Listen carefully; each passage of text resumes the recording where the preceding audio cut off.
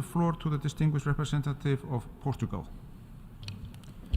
Thank you, Mr. President. As the situation is raging and risks spiraling throughout the region, we are deeply disappointed that the use of veto has so far hindered the Security Council from addressing the situation in Israel and Gaza, and we welcome the General Assembly resolutions adopted today.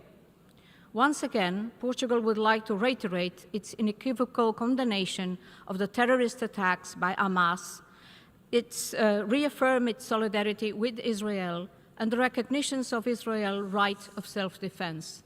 Terrorism in all its forms should be condemned, and hostages must be released immediately and without preconditions. No matter the savagery of the worst terrorist attacks on its history, Israel's action must respect international humanitarian law. No party to an armed conflict is above international humanitarian law. Tragically, civilian population, hospitals, UN facilities, including schools and other critical and civilian infrastructures, are not being protected. The death toll on both sides is staggering. We cannot remain indifferent to the suffering of innocent victims, Israelis, Palestinians, and other nationalities, including UN workers. At this moment, our collective priority should be the protection of civilians and addressing the tragic humanitarian situation on the ground.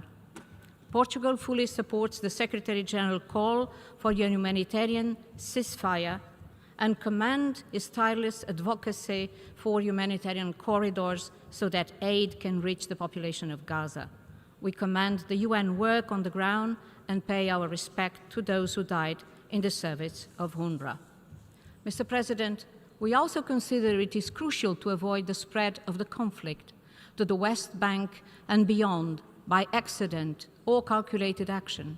We welcome and encourage the continuation of regional and international efforts, both in multilateral and bilateral spheres, to prevent a spillover. And we must return to the diplomatic track.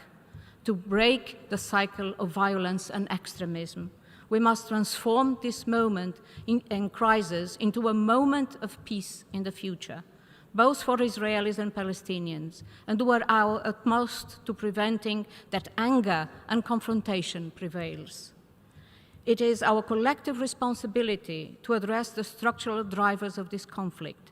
This will require a renewed involvement of all relevant actors and a determined effort to implement the Security Council resolutions on the matter and set a clear and solid path to a Palestinian state fulfilling the two-state solutions. Mr. President, despite the efforts made by the co-sponsors, which we recognize, the General Assembly resolution adopted fails to condemn the appalling terrorist attack of October 7 by Hamas and the taking of hostages. We deeply regret this. Acts of terrorism are criminal and unjustifiable regardless of their motivations, whenever and by whomever they are committed. Hostage-taking constitutes a serious violation of the Geneva Convention and a war crime under international law, criminal law.